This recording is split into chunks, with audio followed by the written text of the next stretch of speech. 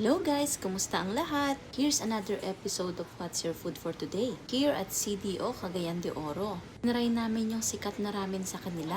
Located at Centrio Mall, Ayala. Tried one of their best sellers. Para matry nyo rin guys. Ang una kong in-order guys is yung Tori Paitan Shoyu. Creamy ramen siya. Chicken katsu.